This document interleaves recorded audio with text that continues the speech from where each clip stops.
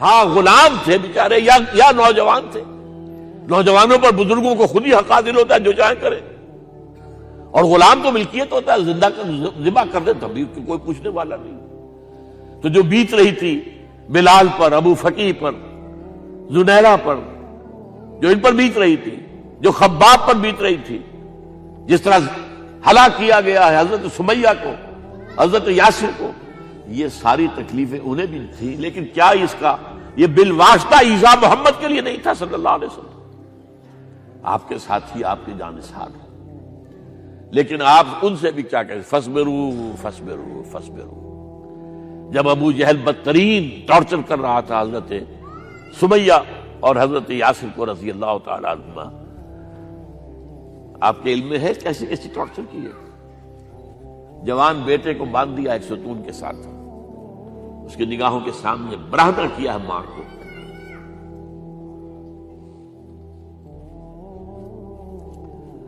ہاتھ میں ایک مورتی ہے, جب تنگ آ گیا ستا کر تنگ کر کے مار مار کے حضرت سمیہ ٹس سے مس نہیں ہو رہی. کہتا ہے تم ایک دفعہ کہہ دو سمیہ کہ ہاں اس مورتی میں بھی کچھ ہے, میں تمہیں چھوڑ دوں گا. انہوں نے تھوک دیا, برچھا مارا ہے شرمگاہ کے اندر.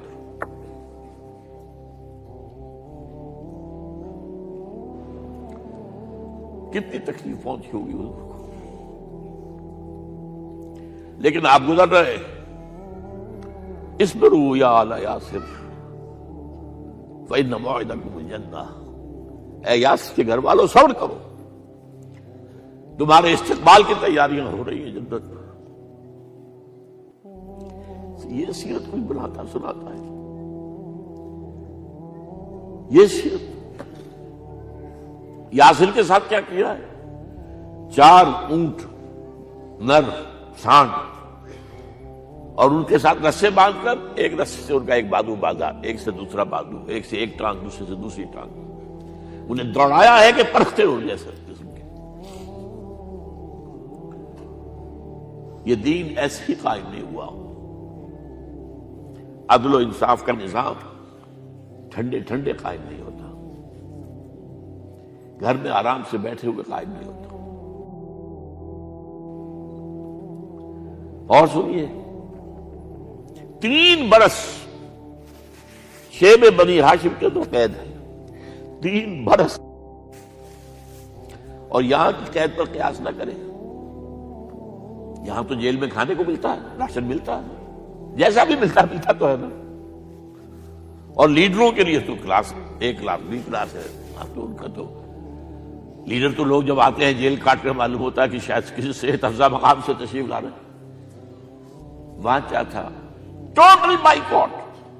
ایک گھاٹی, ادھر پہاڑ ادھر پہاڑ, دونوں طرف جو ہے پہرے, کوئی کھانے پینے کی چیز اندر نہیں جائے گی. اور پورا خاندان بنی ہاشم, وہ بھی کہ جو ایمان نہیں لائے, وہ قبائلی زندگی تھی نا.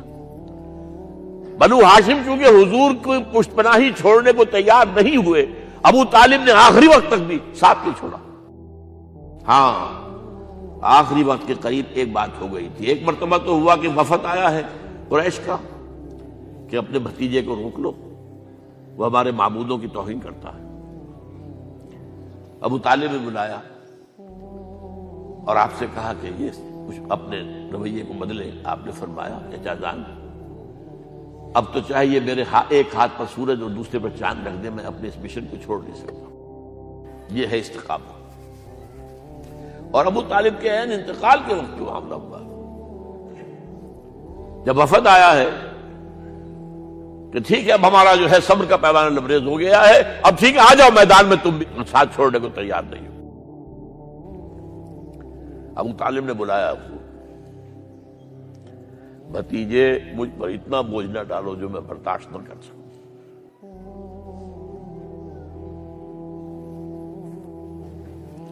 حضور کی آنکھوں میں آنسو آ گئے.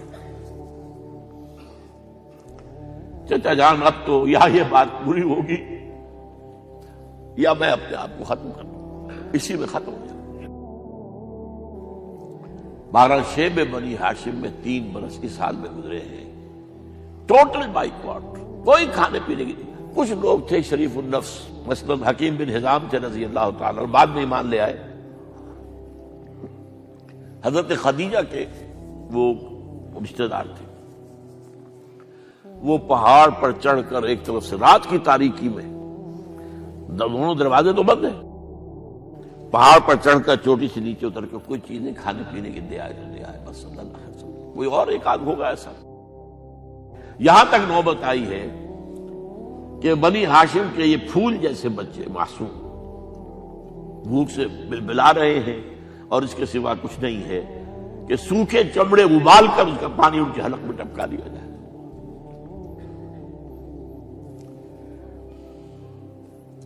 اور جو ہوا وادی طائف میں، جب مکے والوں نے فیصلہ کر لیا کہ آپ قتل کر دو، ابو طالب بھی فوت ہو چکے ہیں، اب کوئی اندیشہ نہیں، کوئی خانہ جنگی شروع نہیں ہوگی، کوئی انٹرا ٹرائبل وار نہیں ہوگی،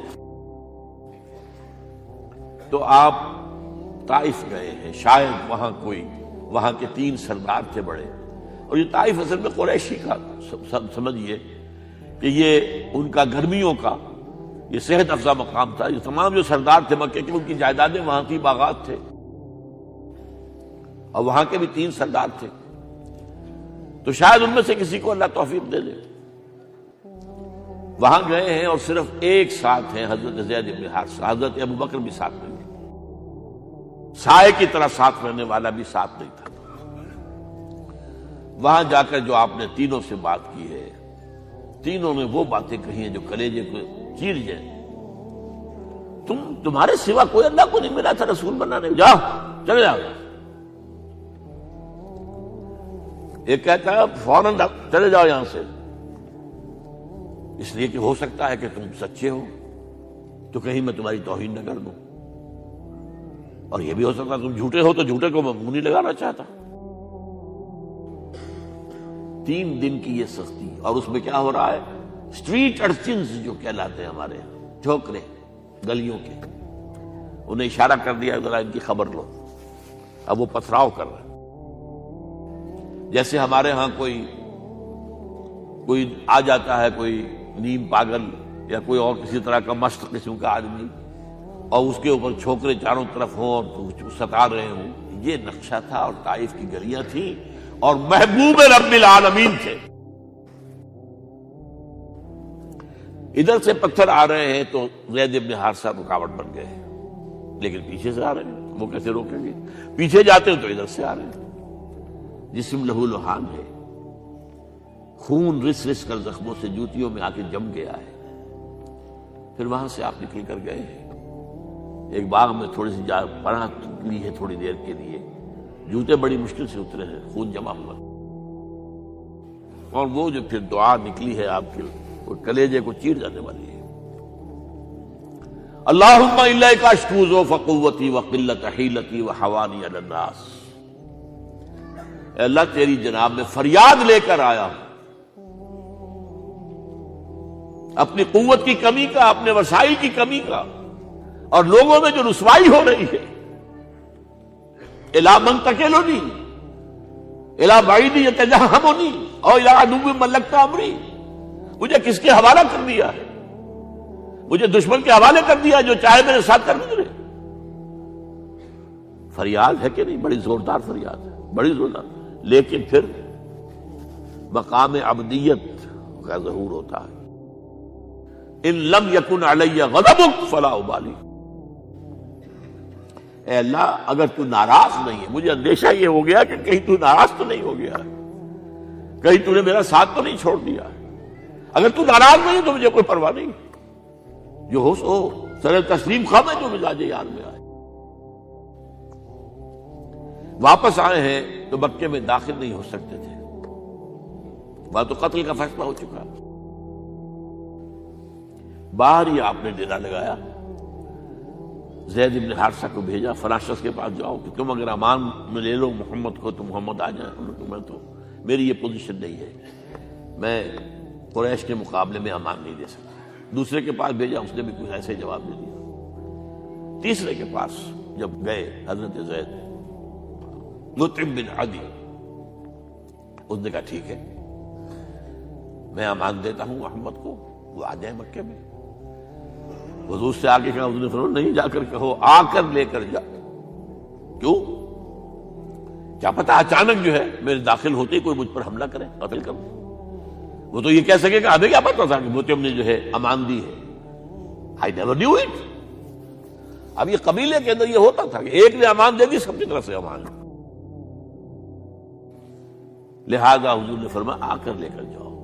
وہ اپنے 6 بیٹوں کو ہتھیار سجا کر لے کر آیا ہے اور پھر لے کر گیا حضور کو، کہتا ہوا گزر رہا ہے راستے میں، لوگوں سن لو محمد میری امان میں ہے صلی اللہ علیہ وسلم۔ اس لیے آپ کو مکے کے اندر پھر 2-2.5 سال مزید رہنے کا موقع ملا ہے، اور اتنا بڑا احسان آپ نے مانا پھر مطعم بن عدی کا کہ غزوہ بدر میں جب 70 اسیر تھے قریش کے حضور کے پاس، تو آپ نے فرمایا تھا کہ اگر آج مطعم زندہ ہوتا اور وہ سفارش کرتا تو میں ان سب کو چھوڑ دیتا بغیر کسی فدیے کے۔ بہرحال یہ چند باتیں میں نے آپ کو بتائی ہے، باقی تو یہ کہ غار ثور ہے کیسی کیسی، اور پھر غزوہ بدر سے پہلے کی رات ہے، اور وہ آپ کا زندگی کا طویل ترین سجدہ ہے اس میں، جہاں تک یہ الفاظ بھی آپ نے کہہ دیا اللہ اگر کل یہ جو 313 یہاں جمع ہیں اگر یہ ختم ہو گئے تو پھر قیامت تک تیرا نام لینے والا کوئی نہیں ہوگا، میں آخری رسول اور میری یہ 15 برس کی کمائی ہے۔ اس پر کہا حضرت ابوبکر نے، وہ پیردار کی حیثیت سے کھڑے تھے کہ حسبک حسبک حضور بس کیجئے بس کیجئے۔ بہرحال بدر ہے، احد ہے، زخمی ہوئے ہیں، دندان مبارک شہید ہوئے ہیں، خون اتنا بہا ہے کہ بے ہوش ہو گئے ہیں، اور خبر اڑ گئی ہے کہ آپ شہید ہو گئے۔ یہ سب کچھ، اور سب سے بڑھ کر حمزہ کی لاش سامنے آئی۔ کیسی لاش؟ ناک کٹی ہوئی ہے، کان کٹے ہوئے، پیٹ چاک کر کے کلیجہ چبایا ہوا ہے۔ کس طرح برداشت کیا ہوگا آپ نے؟ اپنے اوپر تاری کر کے دیکھیں، یہ حمزہ کون ہے؟ چچا ہے، دودھ شریک بھائی ہے، خالہ داد بھائی ہے، ساتھ کا کھیلا ہوا ہمجولی ہے، اور اس کی لاش ہے۔ جو قلب اطہر پر بیت رہی تھی وہ مدینے میں آ کر ایک بڑا ماحول بدلا ہوا تھا، تب وہ بات سامنے آ گئی۔ جب آپ مدینے واپس تشریف لائے ہیں تو ظاہر بات ہے کہ زیادہ انصار کے لوگ تھے جو شہید ہوئے تھے۔ بدر میں مہاجرین تو میرے خیال ہے 1/4 تھے نمبر کے اندر، 3/4 تو انصاری تھے۔ اسی طریقے سے احد کے اندر معاملہ ہے، تو مختلف گھروں سے عورتوں کے بین کرنے کی آوازیں آ رہی تھی، اس لیے کہ اس وقت تک بین کرنا حرام نہیں قرار دیا گیا تھا، ممنوع نہیں تھا۔ آوازیں سن کر حضور کی زبان مبارک سے نکل گیا اما حمزہ تو فلا بواکی لہو، ہائے حمزہ کے لیے تو کوئی رونے والی بھی نہیں ہے۔